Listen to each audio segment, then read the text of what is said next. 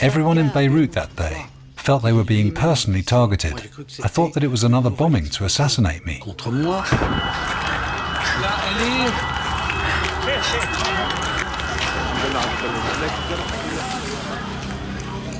When we walked outside, it was as if we were walking into hell.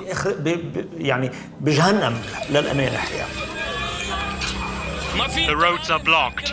Go to the hospital on foot. It was as if the city had been laid into a coffin, and it has never emerged from it. A massive explosion shook Lebanon's capital, Beirut.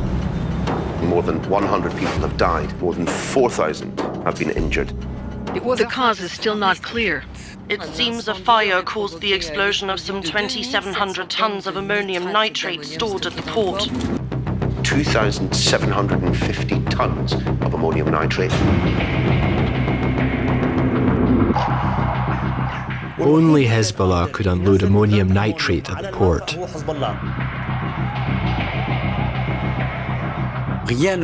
Nothing happens at the Beirut port without Hezbollah's knowledge. So this nitrate belonged to Hezbollah. Hezbollah brought it there and stored it there for 6 years. Hezbollah. Today I want to offer a categorical, absolute, formal, and definitive denial. We have nothing at the port.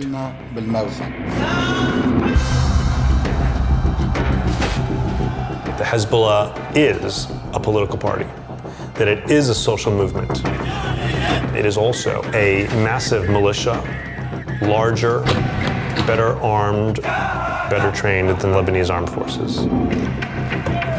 It is an international terrorist organization.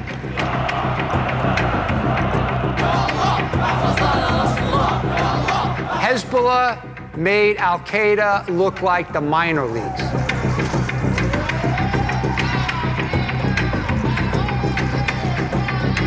We determined during Project Cassandra that Hezbollah was operating like a global drug cartel.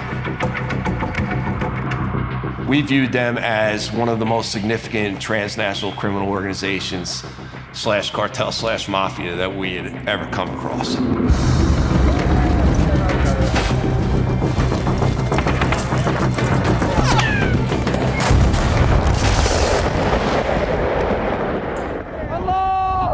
Hezbollah's dangerous. Hezbollah's big.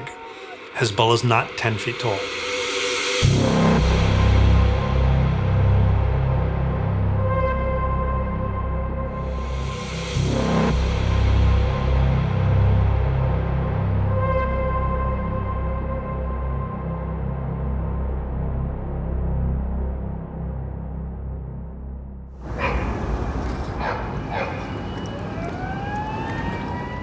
The shadow of Hezbollah hangs over the explosion at Beirut's port. Any investigation has seemed impossible. It's as if the Islamist organization has absolute impunity.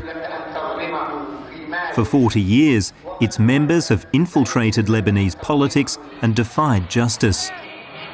This Shia Muslim group dreams of establishing religious law, Sharia, like in Iran. And yet, in the mid-2000s, several agents from the D.E.A., the US Drug Enforcement Administration, tried in secret to bring down Hezbollah.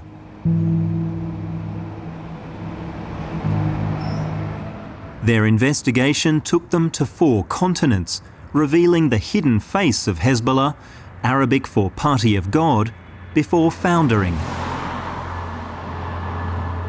Their operation's codename was Cassandra, named after the figure in Greek mythology who foresaw misfortune but was ignored.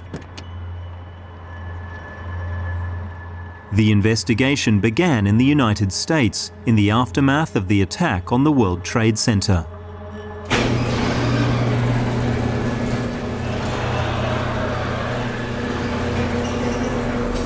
I'm a former agent with the Drug Enforcement Administration known as the D.E.A. in the United States. I worked in the D.E.A. for 28 years. the Drug Enforcement Administration was formed to be the lead agency in America to go after the drug trafficking organizations.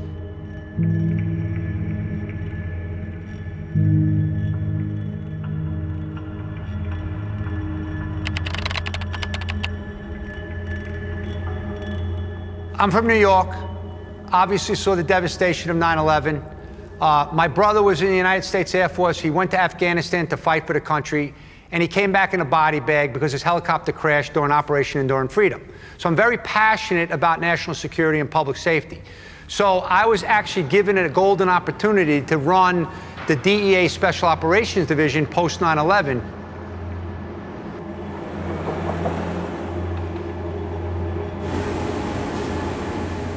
Jack Kelly is a DEA agent.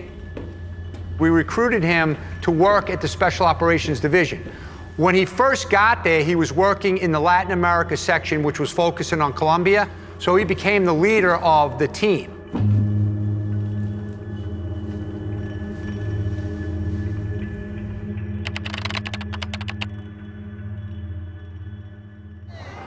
So I'm a supervisor now at Special Operations Division. The idea is to follow the money. So us in an undercover fashion is posing as criminals that know how to launder money, and we would do that for the cartel, and that would afford us to infiltrate cartels to the highest level because we're doing what their bosses consider the most important thing, getting the money back into their hands from the drugs that were sold in places like the Bronx, New York.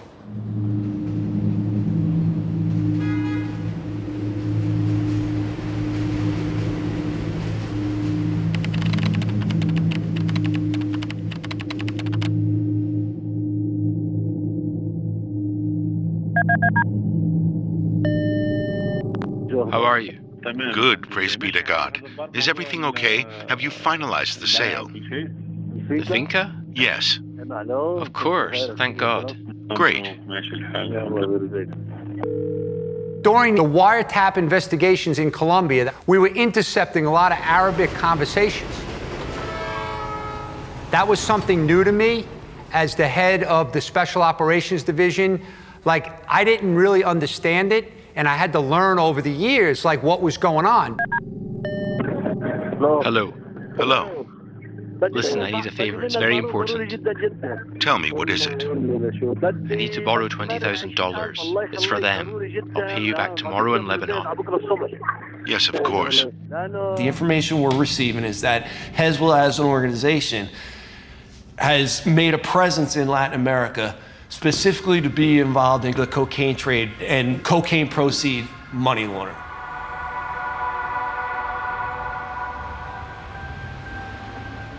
One of the top lieutenants is a guy that speaks Arabic, and his name is Taliban. They call him Taliban because they call every Arab guy down there Taliban after 9/11.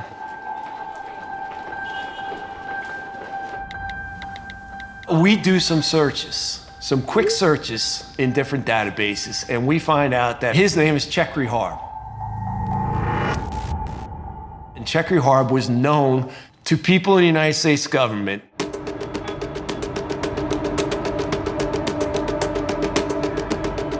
Chekri Harb was tied directly to Iran, Hezbollah, and possible terrorist attacks.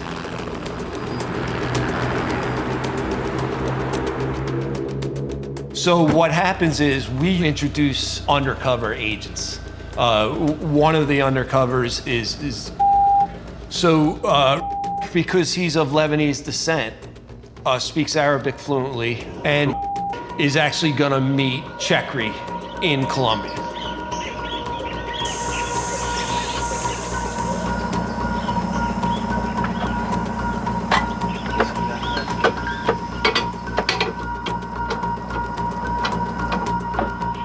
So Chekri Harb tells the undercover, I move multi-ton loads of cocaine to Port Aqaba in Jordan, and then it gets moved through Syria into Lebanon.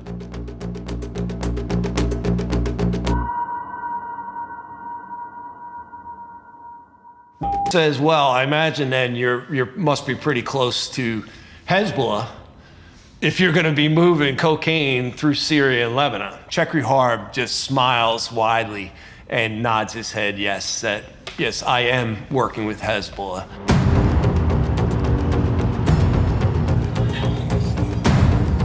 So Chekhov says to the undercover, we have a project for you. We have $20 million that needs to be laundered. Can you do that for us? The undercover says, certainly we can do that for you. Our undercover agent did such a good job convincing them that he was this real bad guy. They offered him the contract to pick up $20 million, which he did. $20 million is a lot of money. I'm not aware of too many, undercover agents picking up $20 million from bad guys.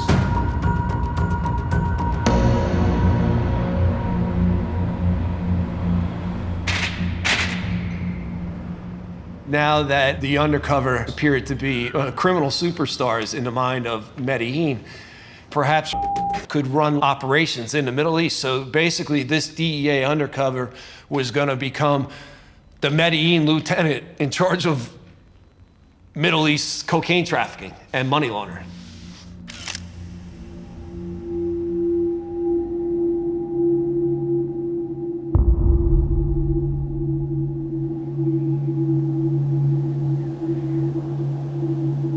We have found this incredible new definitive tie between Colombian cocaine trafficking, specifically out of Medellin, to an Islamic extremist terrorist organization that killed more Americans than anybody before 9/11. So this was extraordinary. It was a novel idea, but I think to other people in the United States government, it seemed fanciful because they had never heard of anything like this. And basically the party line was that Hezbollah was too religious to be involved in drug trafficking.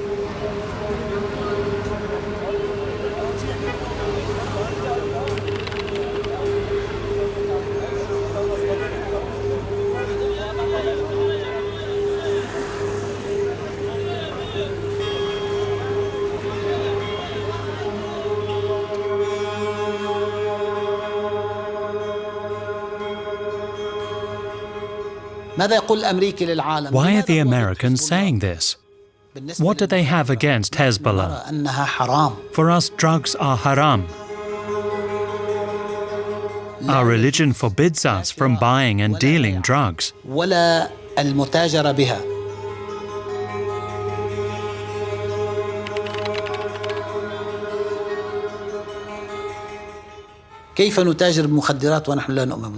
So how could we traffic drugs when we prohibit them? It's not true. Let me tell you a secret. 30 years ago, we decided we wouldn't take part in any trade at all. Not big nor small. And not even in partnership with others either. Because in any business, there are always issues with corruption, and you have to make concessions. نحن لا نريد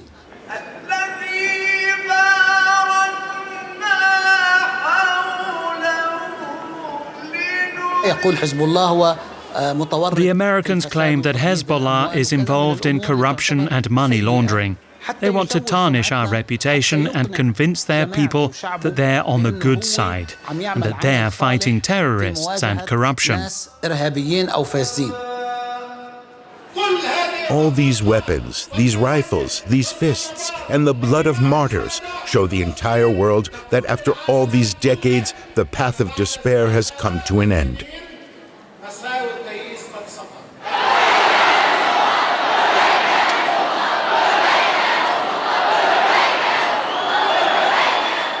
Where in the world is Hezbollah operating as terrorists? Nowhere. We're a resistance movement.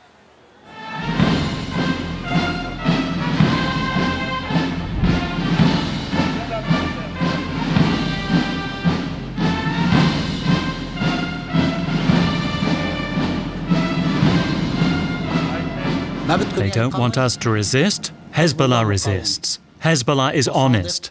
Our history speaks for itself.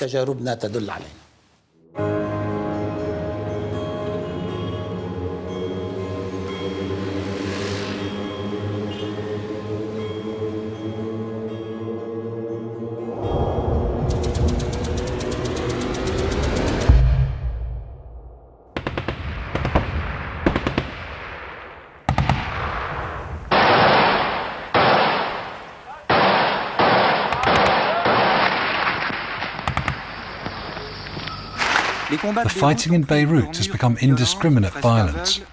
It's no longer clear who is fighting whom.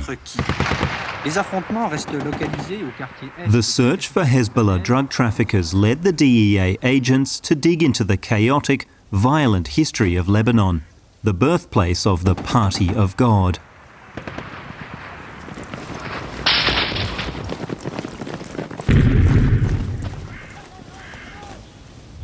In 1975, civil war broke out in Beirut.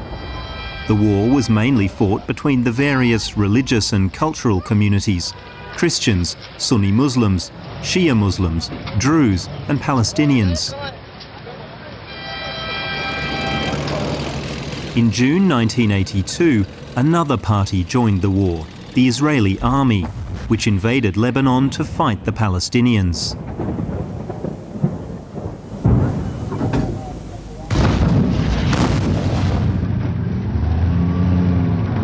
The fighting threatened stability in the Middle East.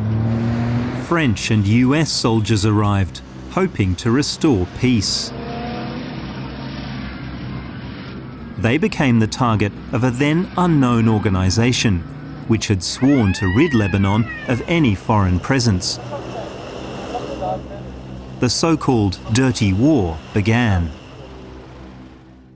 عندما نشأ حزب الله سنة 1982. In 1982, when Hezbollah was formed, I was one of the founders. We opposed the Western presence in Lebanon. We have always wanted them to leave the country and stop influencing the situation in Lebanon. أن يخرجوا من لبنان وأن لا يؤثروا في الواقع اللبناني. الله أكبر بحول الله وقوته. Beirut has once again been struck by a terrible attack. This time the Americans were the target in their own embassy. It's believed about 40 people were killed.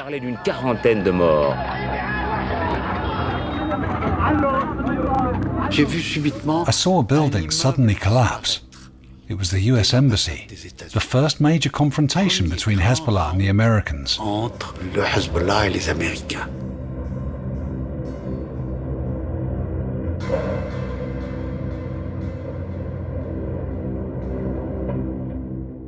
The second attack targeted the multinational forces, composed primarily of Americans, but also French, British, and Italian personnel.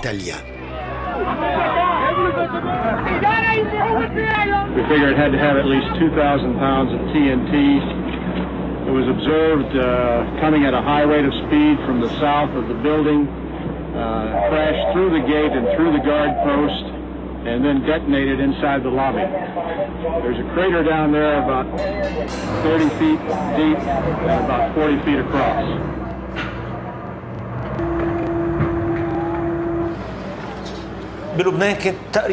This was the first suicide bombing in Lebanon. There was nothing like it before. Not in our region and not in our country. Hezbollah brought this terrorist method onto Lebanese soil.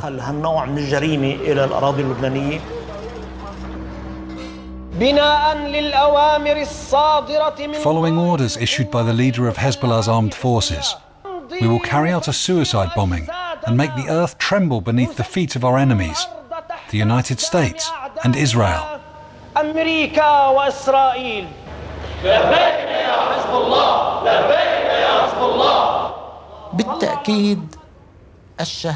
Martyrs are without a doubt the biggest secret of our success.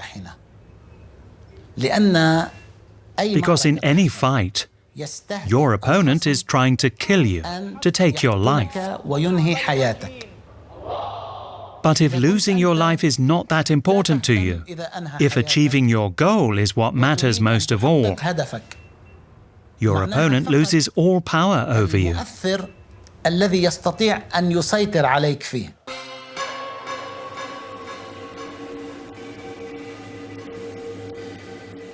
A suicide bombing is a message, we will stop at nothing. We are smarter than you. You are a big bureaucracy and we can beat you. So France and the United States were on the same boat at this point. You know, we were trying to figure out what is happening in Lebanon. We want to know the names of our enemy. I want a picture, want to know where they are and how we get to them. And once we find them, we have Delta Force, which I work with very closely. We can go kill them. That was my orders.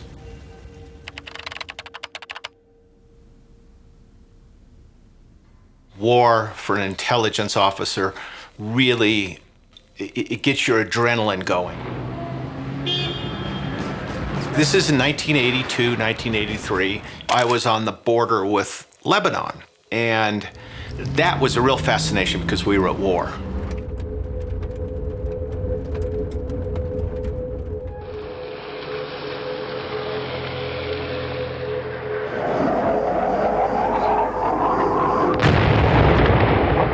You're seeing the Israeli jets come down the Bekaa, you're driving down the road, and the New Jersey is shelling above you.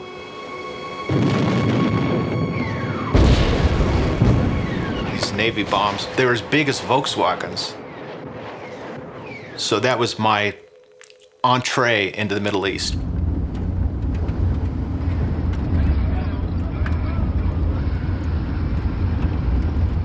Hezbollah as a name did not exist in '82. They bring all the disparate groups, Shia groups, together and created a unified resistance.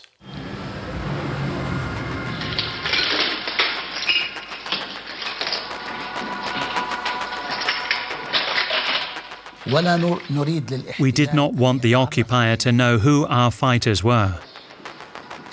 We took advantage of that period to organize ourselves. After that, we carried out operations in the name of the Islamic resistance.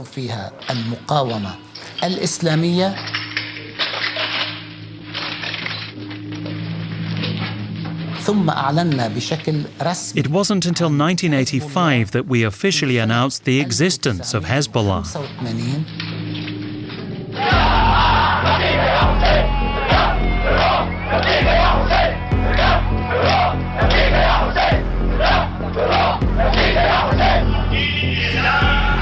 Décidé à mettre fin à 13 siècles d'humiliation, the Lebanese Shiite population are determined to put an end to 1,300 years of humiliation. In the wake of the Iranian Revolution, Lebanese Muslim extremists founded a new political party, Hezbollah, or the Party of God. The goal of these fanatics is clear.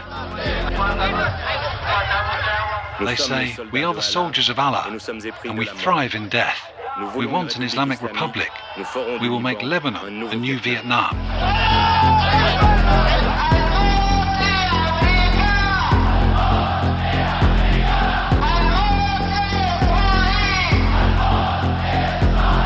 Remember, 1982 is just not quite 3 years after the Iranian Revolution. And for the Iranian Revolution, one key pillar was the export of the revolution.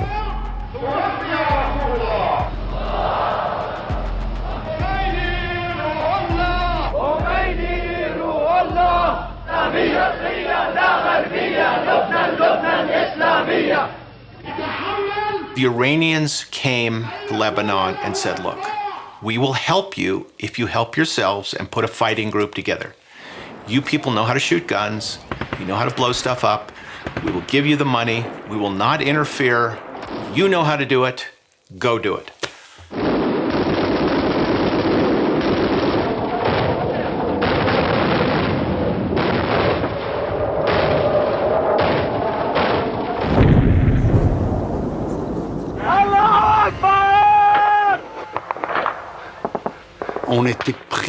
Things were already spiraling.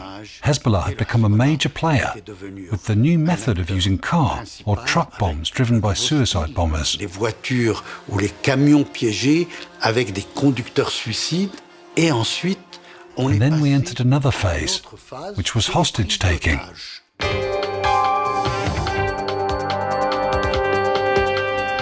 Good morning, everyone. It's the third hijacking this week involving Beirut, and this time the plane and most of the passengers are from the United States. TWA Flight 847 was en route from Athens to Rome this morning when it was hijacked by suspected Shiite Muslims and forced to fly to Beirut. They are beating the passengers. They are beating the passengers. They are threatening to kill them now. They are threatening to kill them now. We want the fuel now. We're standing in front of the TWA Flight 847, only a few feet from the cockpit. I can see Captain John Tesfrake next to one of the gunmen in the cockpit. How do you feel? We'll ask you more questions when the engines are off. Captain Tesfrake, can you tell me what has happened to you and what's happening to you now? Not very much is happening to us now. Can you talk to them? Do they speak English? Can you communicate with them? Sometimes better than others. It depends on who's on board. Quickly. Captain, many people in America are calling for some kind of rescue operation. I think that we'd all be dead men if they did, because we're continually surrounded by many, many guards. Do you have any thoughts on whether or not the United States should have it? Imad Mognia was the man inside the cockpit of the TWA flight. Mognia was the big point man for Hezbollah's early terrorist activities. He was not a particularly religious person at first. He served as a bodyguard, but went on to become the head of Hezbollah's terrorist operations, in part by being involved in almost everything from the beginning. Here's a guy who was on the kill list of the Mossad, of the CIA for many years.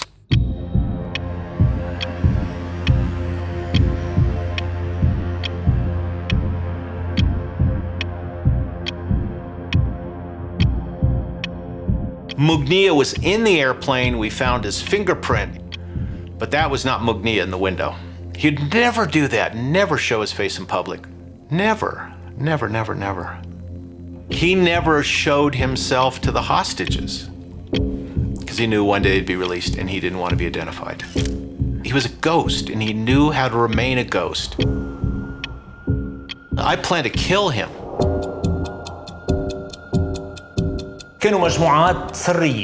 His entire group operated in secret. We didn't know anything about them. They were small in number, but they carried out significant attacks.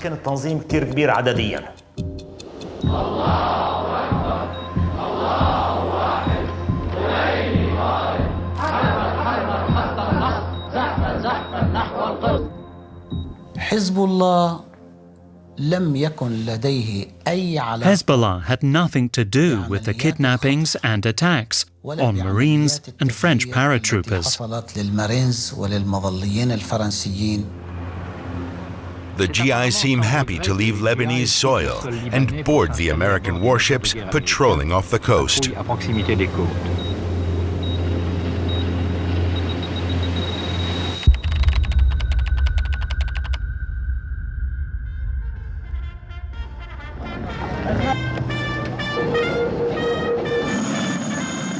The Iranians oversaw the most potent asymmetrical military force in modern history, or ever. Don't forget, the French and the Americans were run out by a guy who had about 20 people. In history, there's nothing to compare it with.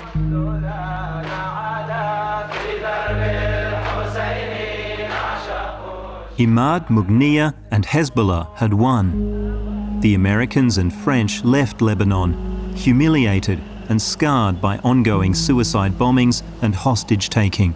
But the dirty war of the 1980s had left its mark. Washington eventually designated Hezbollah as a foreign terrorist organization, and Imad Mognia became a marked man. In the mid-2000s, when the agents of the D.E.A. launched Project Cassandra, they thought they could avenge those killed in Beirut and eliminate their old enemy, Imad Mognia. They were planning the infiltration of Hezbollah's trafficking networks in Jordan. But the agents from the CIA, the Central Intelligence Agency of the United States, weren't happy to see these cowboys encroaching on their domain.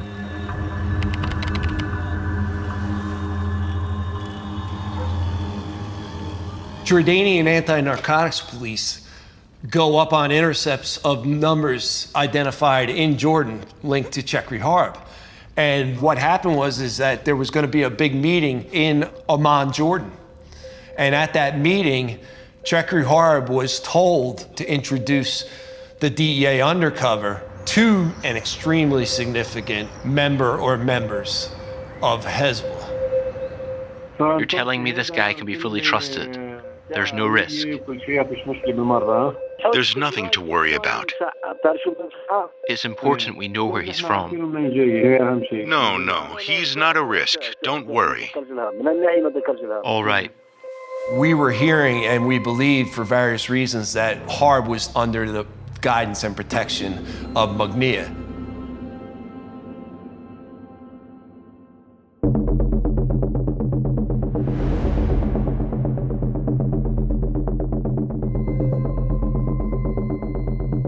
We're under a time crunch now because the undercovers obviously can't move cocaine with Hezbollah and wouldn't be able to launder money for Hezbollah. So we realized that whatever evidence we gain in this Amman, Jordan meeting might be the last chance.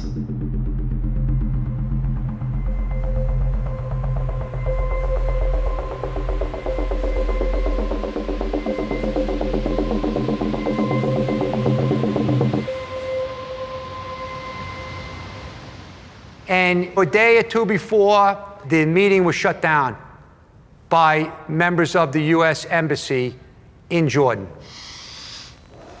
They did not allow the undercover agent to meet with the operatives on the ground in Jordan. And there was no real explanation given, which, to be honest, was very, very annoying and very disturbing.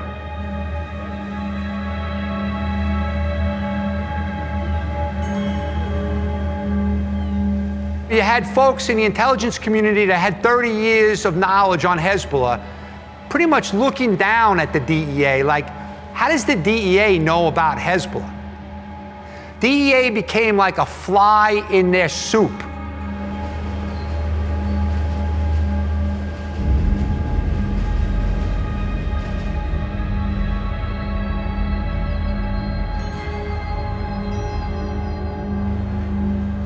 The undercover reached out to Chekri Harb.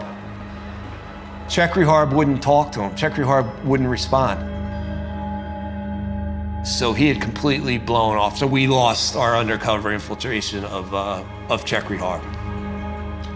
So the opportunity was lost. Burned.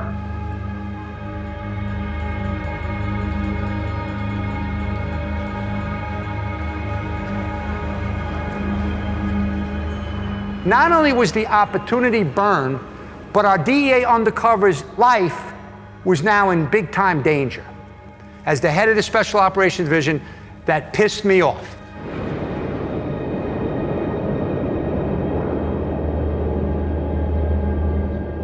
The CIA, the US intelligence agency, had capsized Project Cassandra, organized by the D.E.A., the anti-drug agency. The rivalry between the two agencies was emblematic of Washington's weakness in the face of an enemy that had mutated and matured. By that time, Hezbollah was more than a terrorist faction. It presented itself as a respectable political party, with representatives in the Lebanese parliament who defended the interests of the long marginalized Shia community. Their political leader was Hassan Nasrallah, a cleric trained in Iran. In the background, Hezbollah, with its military leader Imad Magnia, continued fighting the war against Israel, calling itself the Resistance. Unlike the Western nations who had left Lebanon, the Israeli military continued to occupy the south of the country.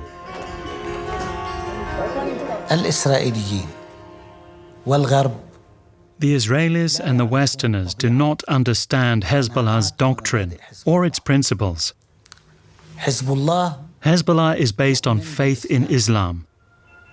And Islam is based on jihad. And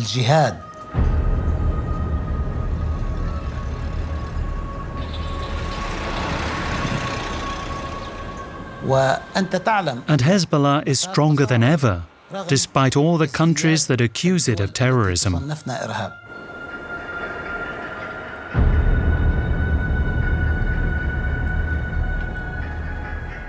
We don't need anyone else. We only want to take back and liberate our country.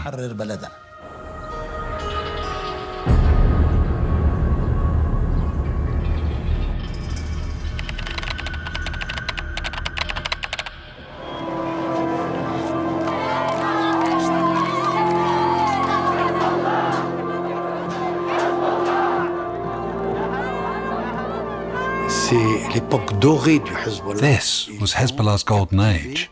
They captured the heart and soul of the Arab people for quite a while, even though they were Shiite, and 90% of the world's Muslim population is Sunni.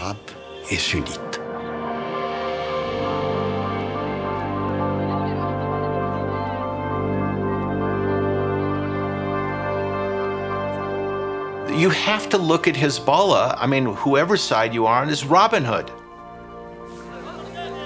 Look, if you're Lebanese and you're tired of being humiliated,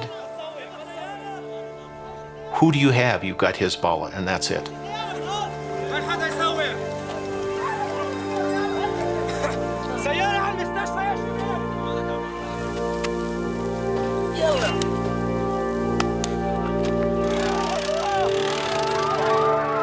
The children, the elderly, everyone was out on the streets. In some places, Hezbollah had to say, "Hey, Grandpa, slow down. You have to at least wait until the Israelis are gone."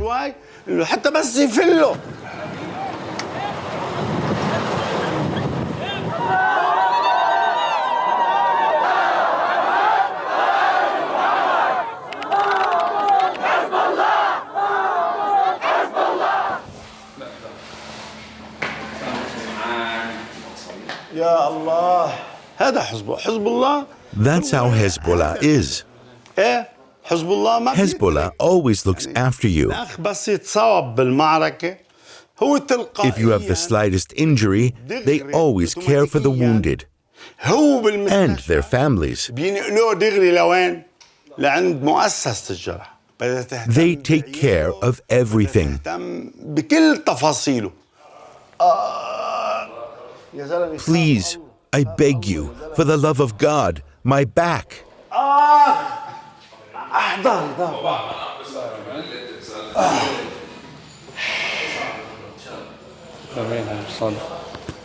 Lie back down.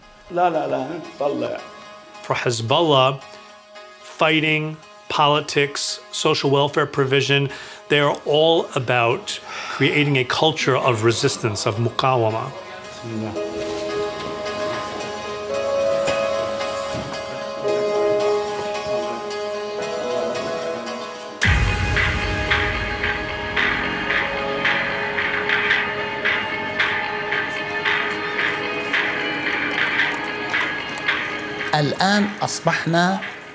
Today, we're a true popular force, with women and children, men and the elderly. The entire family belongs to Hezbollah. We're not an ordinary organization.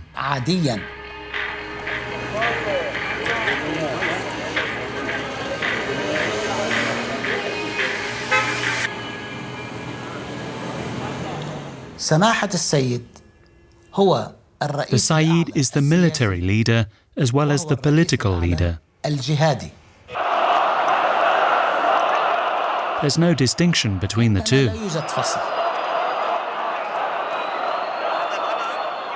Hassan Nasrallah is an impressive, formidable man. He's an exceptional public speaker. And his spoken Arabic is perfect, so he can talk to all the Muslims in the world. Our project, and we have no choice but to carry it out, for we are followers of a doctrine. Our project is to create an Islamic state with Islamic governance.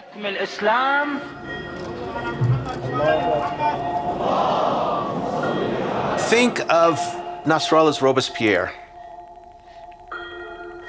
Uncorruptible, trying to create a revolution, and has done the best he could.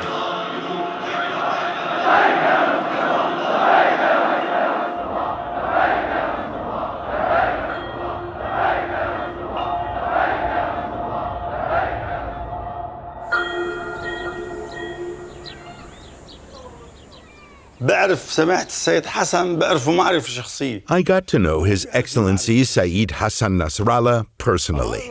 At one meeting before 2000, I put my hand on his shoulder. Someone took a photo of us.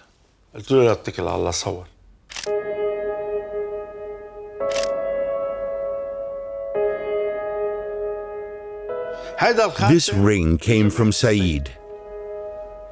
And this copy of the Quran, this also came from Sayyid.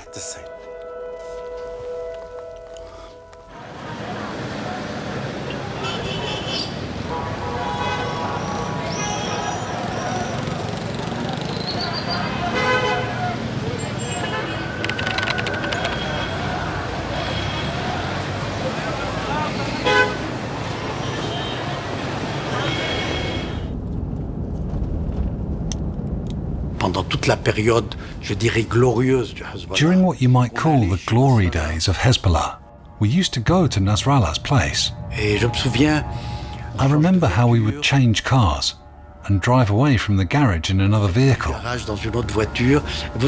They didn't blindfold you, but you didn't really know where you were.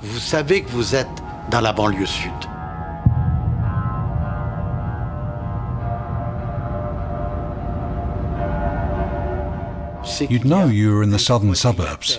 The party's security quarter, what is called the Murabba, was located there.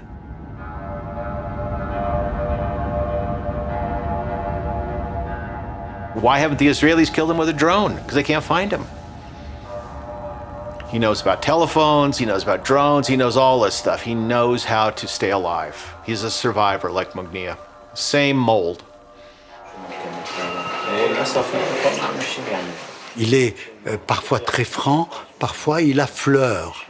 Sometimes he's very direct. Sometimes he just touches on topics. You should know that in Muslim communities, there's something we call taqiyya. I'm Druze, and we also practice it. Taqiyya is not duplicity. It's a kind of decorum, where you don't always reveal the entire truth.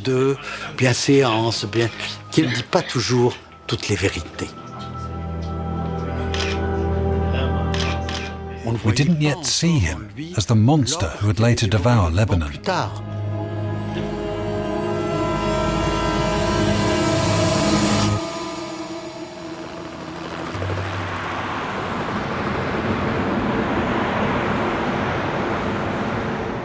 In the early 2000s, the West didn't notice Hezbollah expanding its influence in Lebanon.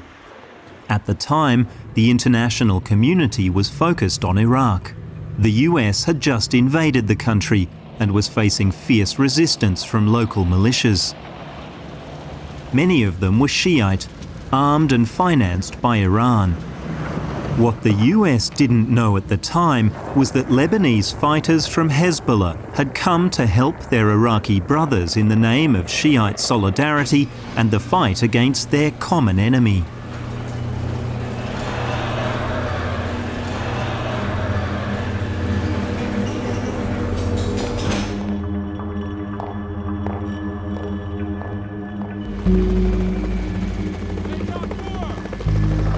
It started with the war in Iraq and my involvement as an advisor to a U.S. Special Operations Command on the ground in Iraq against IEDs, which were called explosively formed projectiles, EFPs.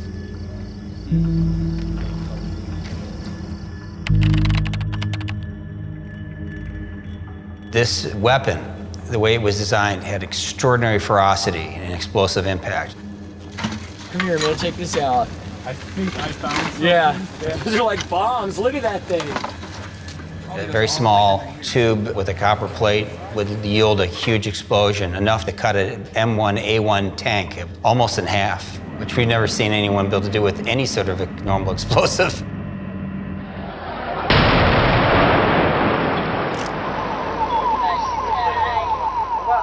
It was a signature weapon, so the fact that it was being used against American forces told me that Hezbollah had to be on the ground.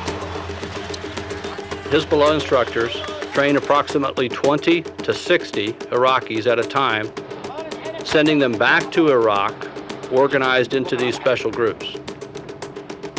They're being taught how to use EFPs, mortars, rockets, as well as intelligence, sniper, and kidnapping operations.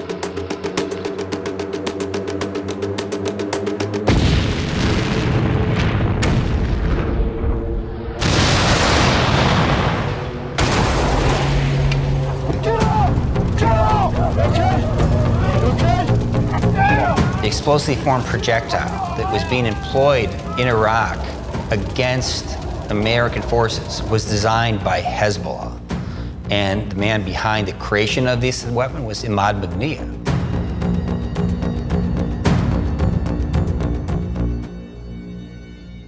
So I started hearing about the President's Man. They called him the President's Man because he had worked directly for President Bush in the Bush White House.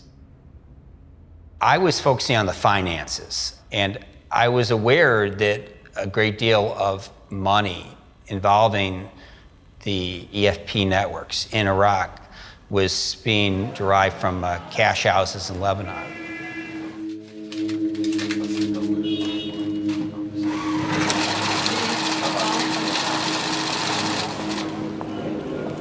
Something sort of remarkable happened. We started to see phone selectors that were tied to the financing of IED attacks in Iraq that were then apparently in touch with numbers in South America.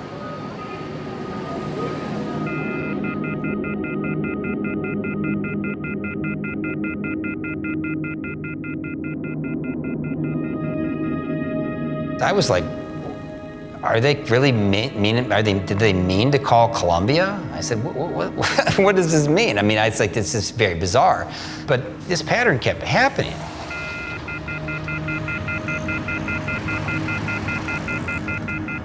Why are these people in contact? What are they talking about? What are they doing? And I realized suddenly, are these guys turning to Colombian sources of narco financing to fund their operations on the ground in Iraq? I mean, I was just like, it just a light went on in my head because I was familiar with narcotics trafficking, global money laundering for organized crime.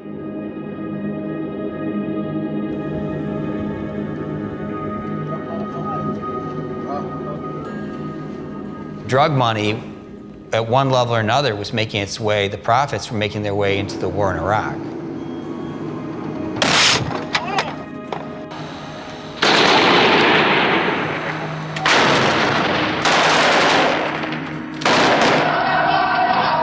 Wow, if we could track this money and we could tie it to drugs, and then we were to pursue the drug trafficking and start to take down the drug business, we could start to really put a financial hit around Hezbollah's ability to operate in Iraq.